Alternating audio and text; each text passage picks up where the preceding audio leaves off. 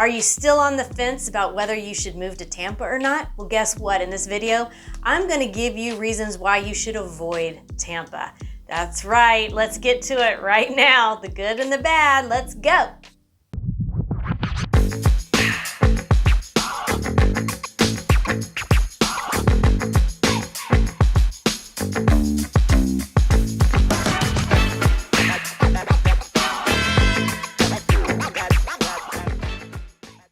Hey everybody, I'm Emily. I'm a licensed real estate agent here in the state of Florida, and I live in the Tampa St. Pete area.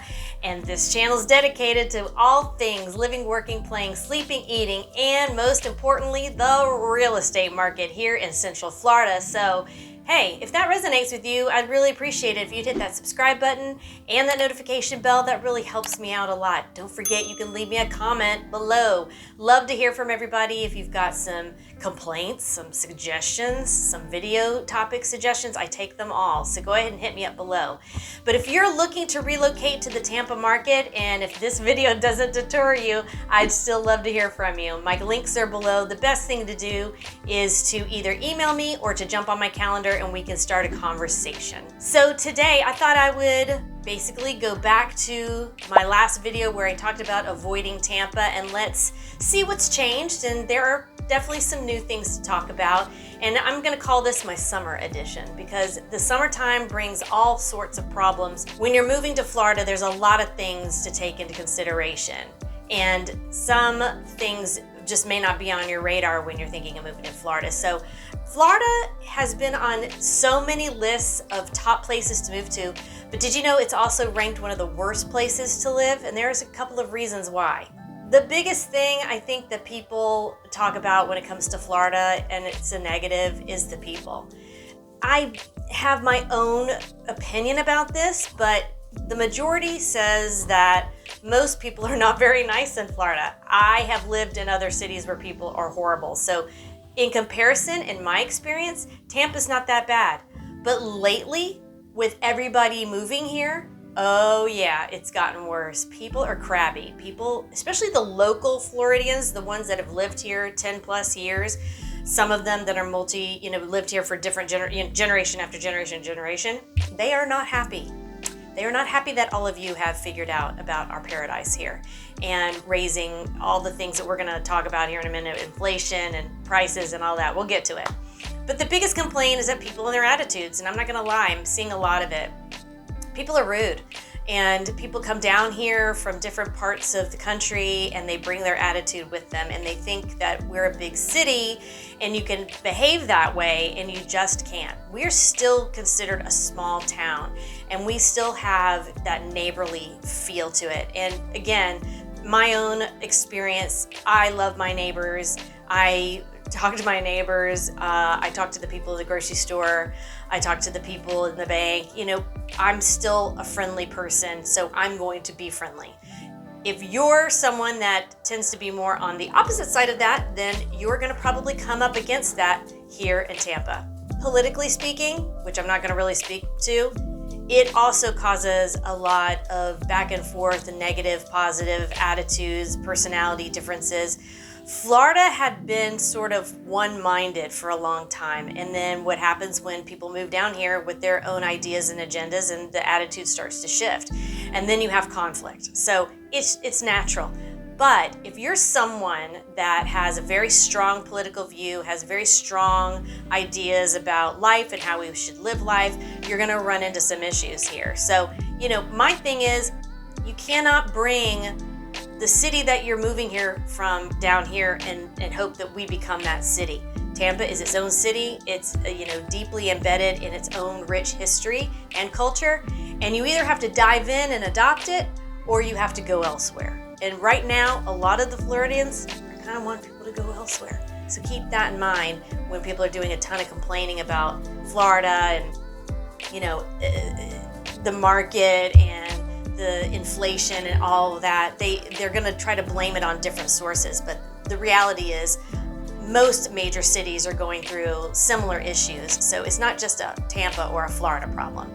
You also have to watch your expectations. I think people, come to Florida, they see all these wonderful videos that we all make, and it's beautiful, and looks like everybody's so happy, and the vitamin D makes you feel so good. That is true. But there are still some really bad things that are going on here, and reasons that you need to think about whether this is really the right place for you to relocate to. That's a big choice you have to make, and you got to make sure that Tampa, St. Pete is going to be the right place for you. So people are our biggest problem, I think. That's what I'm hearing. Not to mention, 845 people are moving to our area every day. So it's getting super packed and super crowded, and it is changing the way we all behave. It's changing the landscape. It's changing everything. So Florida in general, but specifically Tampa, because that's where I live and that's what I can speak to, we are going through our own growing pains and shifts, and it doesn't necessarily settle well with a lot of people. One last thing on that subject. When I moved from Los Angeles to Austin, Texas, it was the same thing. It was 2011. The crash had just happened. People are trying to get out of the crash mentality, and everybody in Austin, there were t-shirts being made that says, "Don't LA my Austin." And I'm starting to hear the same chatter here in Tampa. People are like, "Don't make Tampa your city, da da da da. This is Tampa, this is Florida, we're chill here. We have our ideas, but really, truly, we're just like beach bums." If you've got some strong views of things, just keep them to yourself. Come here, enjoy what we have to offer, and adopt some of the philosophies that really work for you here. That's what I have to say. And be nice to each other. Can we just work on being nicer to each other? Is that really so hard? Let's talk about the next big thing, which is obviously our housing market and prices and that sort of thing. And if you think Florida is becoming expensive, it's very relative because it depends on what city you're coming from. And if you really look at it, Tampa has been actually historically underrated, and maybe our prices were actually too low for too long. And I actually think, in the things that I've been reading and hearing, we're becoming more of the average, where it used to be we were below average and the below cost of living and below the normal housing prices. We are now pretty much at an average. If you think about it, Tampa is ranked 30 out of 50 states for affordability. So we're pretty much right smack dab there in the middle. So I personally am still seeing houses in the 300, 400 range, some even in the 200K range. That to me, nationwide, is still really low. So if people are complaining too much about the prices in Florida getting too high, maybe you have to look at the area you're looking in. Maybe you need to go inland. Maybe you need not to be near the beach. So you can't really complain about the prices of Florida when you're looking at properties that either have a canal or boat access or waterfront property, and you get really upset because people are asking $500,000 or more. I'm sorry. I personally think we have been undervalued for a long time, and we're now becoming sort of the norm. And I still think you can find a really beautiful place to live in our state, especially in Tampa and St. Pete, that is pretty much in the median price. You just have to know where to look, and you have to have the right real estate agent that can help you. Should you rent or should you buy? This is the question I get all the time, and there are several factors that come into play. Are you planning on being in Tampa for just a couple of years, or are you planning to stay here as long as you can? Do you have a job that's going to take you elsewhere? Renting is probably the best thing for somebody who's going to be a little bit more transient. Our average rent right now, and I don't handle rents, but even if I looked for somebody, and I did recently, our average rent is still around the $1,800 to $2,000 range. So times that by 12, you're at $24,000 a year. That could go towards equity. So if you're still looking to buy, it's still a great time to buy. There are programs happening all the time with lenders. Lenders have to adjust to the market as well. So you've got to get creative with your real estate agent. You've got to get creative with your lender.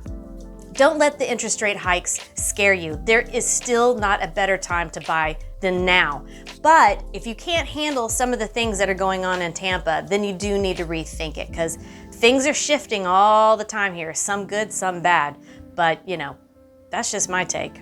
The nuts and bolts of it are this. If you want a little bit more affordability, you're gonna have to go outside of the Tampa proper area, more inland, and that's gonna give you more affordable home. Maybe some of these newer communities that are popping up that aren't necessarily popular, and maybe they don't have all of the wonderful shops and restaurants that you're used to, but you're still gonna have an affordable home with some, maybe a little land, maybe a bigger size lot, maybe a 3-car garage. So that is something you have to weigh against whether you need to be, 10 minutes from the ocean or from the Gulf. Sorry, I keep saying ocean. Sorry, guys. Gulf or the bay. Those are the things you need to consider. Closer to the water, more expensive. Inland, less expensive. Keep that in mind. We talk about this a lot. I talk about it on a lot of videos. Weather, weather, weather, weather, weather. We are right now in our rainy season and hurricane season and lightning and thunder season and flooding season. So right now we've had one of the hottest summers on record, and it's not even August yet. So it's could potentially get warmer. But we have our midday showers and definitely tons of lightning I've seen lately. So here's the thing, our weathermen are pretty great. I love Dennis Phillips. Follow him on ABC Action News if you're local, or if you're thinking about following him locally. We have a lot of weather apps. I actually have 2 on my phone, and especially if you're boating or if you're at the beach or anywhere near water and a storm is coming in, you want to get those alerts. You want to set those notifications so that you can get an alert, because as soon as you see a cloud, most of us tend to look at that cloud, wait a second, do we see any lightning around it? Do you hear any thunder? Where there's thunder, there's lightning. So that's your indication to get out of the water. And we mean that, seriously. People are getting electrocuted every day here. So it just happens. You need to protect yourself and you need to know what to do. So if it's raining and you're not seeing any thunder and lightning and it's drizzling, you're pretty safe. But if you're starting to see a really dark cloud and seeing some lightning in the distance, best thing to do is start to wrap it up. But most of the time, this is just me, and I've lived here on and off most of my life. So I'll get in the car and I'll wait it out, and then it'll pass, because most of our storms pass pretty quickly. And then you could go back to enjoying yourself. It doesn't really interrupt anything. But our lightning is very serious. And as far as hurricanes, we haven't had a really big hurricane since Irma, so I wouldn't worry so much about that. And you're gonna have weeks notice when it comes to hurricanes. And then once it gets closer, you're gonna have an hour-by-hour update. And again, that's why those weather apps are really important, because if they tell you to evacuate, you evacuate. So we're gonna keep you pretty safe here, but you have to know the rules of our weather in regards to your water sports. It's just a way of life. Before we ever go out boating, we're always checking the weather, and we use the radar portion of the app so we can see the outlining areas, like where's the storm coming from and what's its trajectory, and is it gonna be anywhere near where we are? There can be rain 20 miles north and it's not gonna hit you at all. You could be driving and drive into a storm and then drive right out of it. So lightning though, lightning, lightning, lightning. You gotta be careful of lightning. People start to worry a lot about, impact windows and weatherproof glass and that sort of thing. Most of the newer homes are being made now with those impact windows and, really secure roofs. You wanna just make sure, again, when you're working with your agent or you're working with me, we talk about all that. We look into that. Those are some of the first things I look at when we're touring a home. And what is the age of the roof? And, has it had any significant leaks or damage? And is there any cracking around the window sills? And how old do these windows look? And those are the things that you need a really smart and professional full-time agent to help you navigate. But those are just normal things that we look at when we're looking at a home. Weather is a big factor in our lives, and it is obviously going to affect our home. So just take that into consideration when you're thinking about moving to Florida. Flooding is real, and if you're in a flood zone, it's gonna happen. And you gotta know if your house is in a high enough elevation that it can withstand it, and also what is your flood insurance gonna be? That is something you can investigate before you ever put an offer in too. So just some tips for you. Again, I feel like I'm repeating myself, but you guys know how much I hate the traffic and the drivers here. I really do. It's been the worst experience on the road coming back to Tampa after being in huge cities like LA and even Austin. Austin's infrastructure had to go through a huge shift after 2011. So in Atlanta, I've driven a lot in Atlanta, same thing. Have never experienced such horrible drivers, rude drivers, road rage in my life, seriously. It is horrible. The etiquette, the driving etiquette here is non-existent. Every day, it's a new thing. I could write a book about it. Every day there's something, whether somebody is crisscrossing 3 lanes of traffic to exit and they could give a flying you-know-what to get to the exit. Or even yesterday, my boyfriend and I are trying to drive to the grocery store and we're in that middle of the intersection trying to hang a left on the opposing traffic just to get across the street. 3 cars were coming into that middle intersection where we were waiting to turn left. They're trying to go the opposite way, and they're just waving at us like, oh, you can go, you can get out of the way, while this guy is literally sitting in the 3 lanes waiting to turn to go in the other direction. And we were both like, what, is he the King of England? I don't understand. Why do people think that they can do whatever they want? You're gonna get killed, and you're gonna kill other people in the process. So wonder why our auto insurance rates are so high? Just drive in Tampa or Florida for one day, and you'll see why. We have so many emotional drivers, and we have a lot of tailgaters and people that, what I don't understand is that the cops aren't really pulling over speeders anymore, I think. That's what I'm like, why is this guy flying down the road and nobody's coming after him? There's a road called US 19 that I've talked about before, and it's on the west side of Tampa, and it runs north and south. And the speed limit changes periodically. It'll be 55, and then all of a sudden it'll be 65. And that's where cops will sit, right? Because they know they can get you. As soon as it drops back down to 55, they're on you.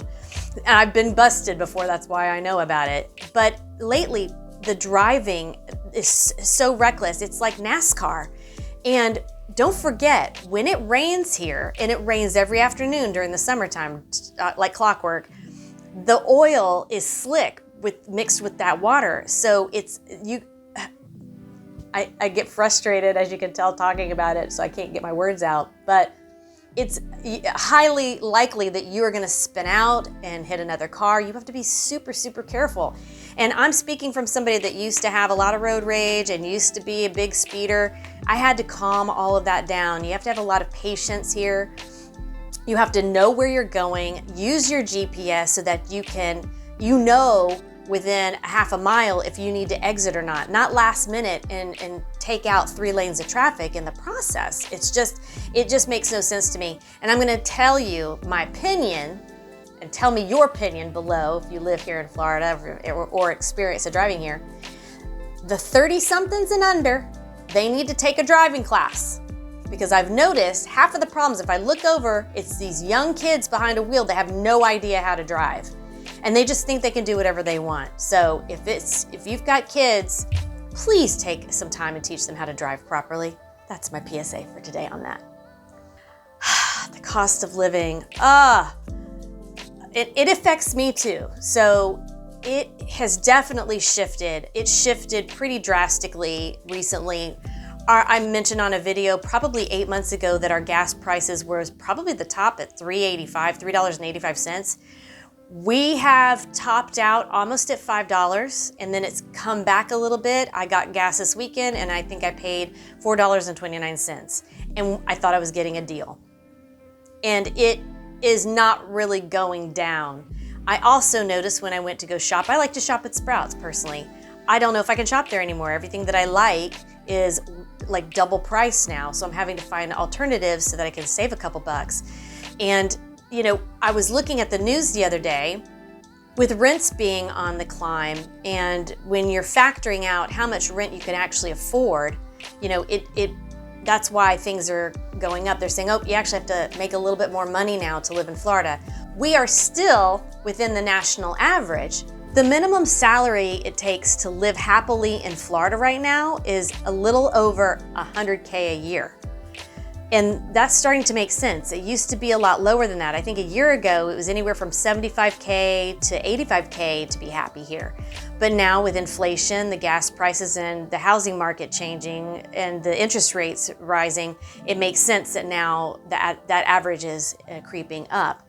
So you have to factor that in when you're thinking of even renting. Don't forget, renting is flushing money down the toilet. Now let me say, that works for some people, because it's short term. But if you're looking for a long term and you want a long-term investment and you want some equity, you're still gonna be better off getting into some sort of program that can help you buy a home, which we can talk about personally. I do have some programs that are going on right now because guess what?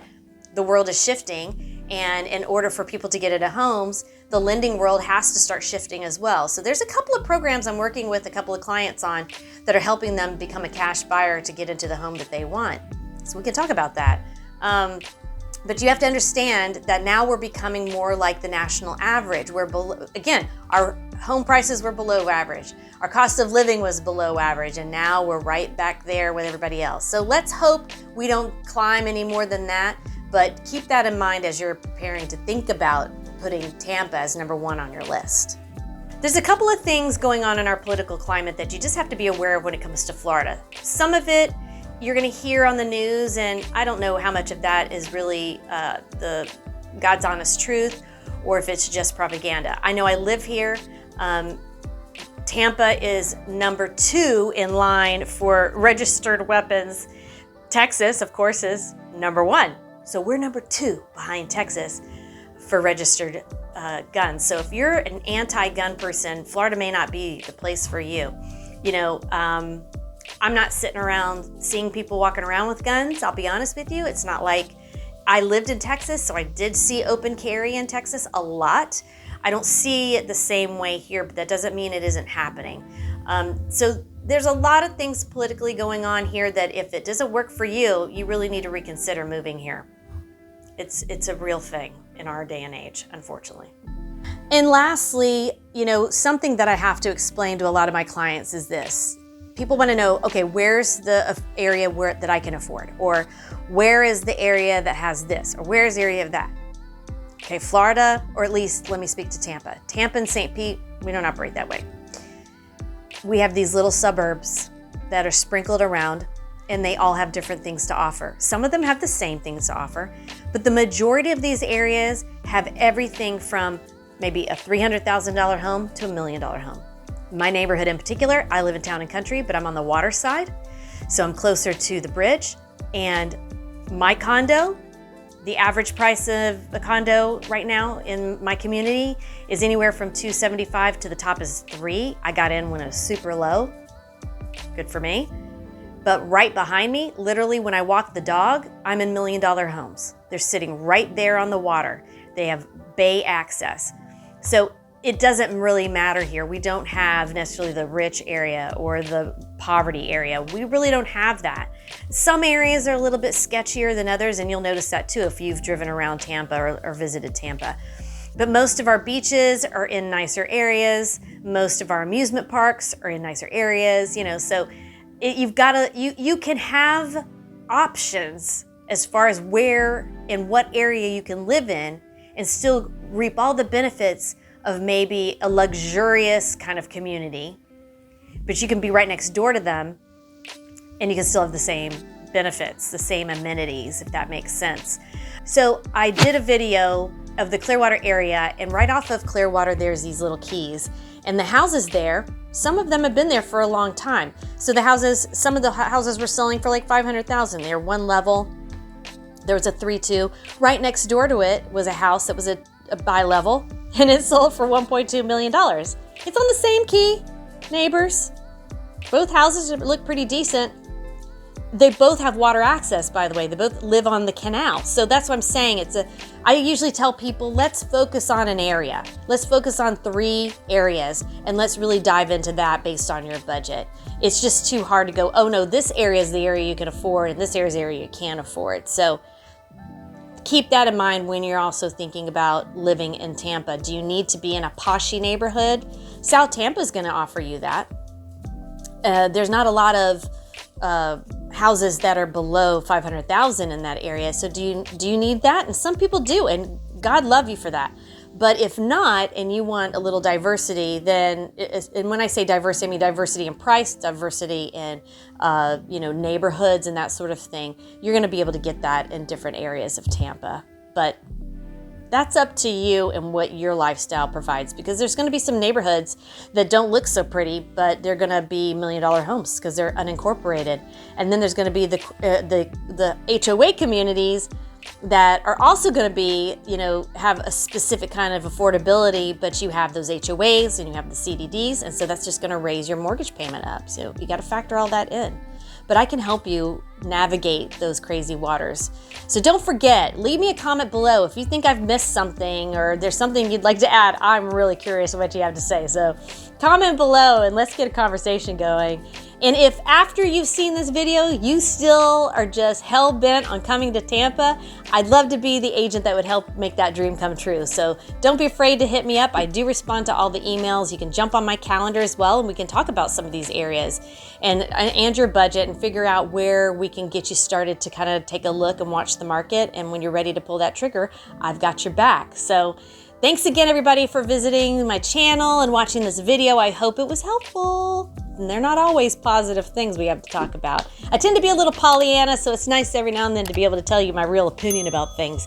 So if you, again, hit me up with your opinion below.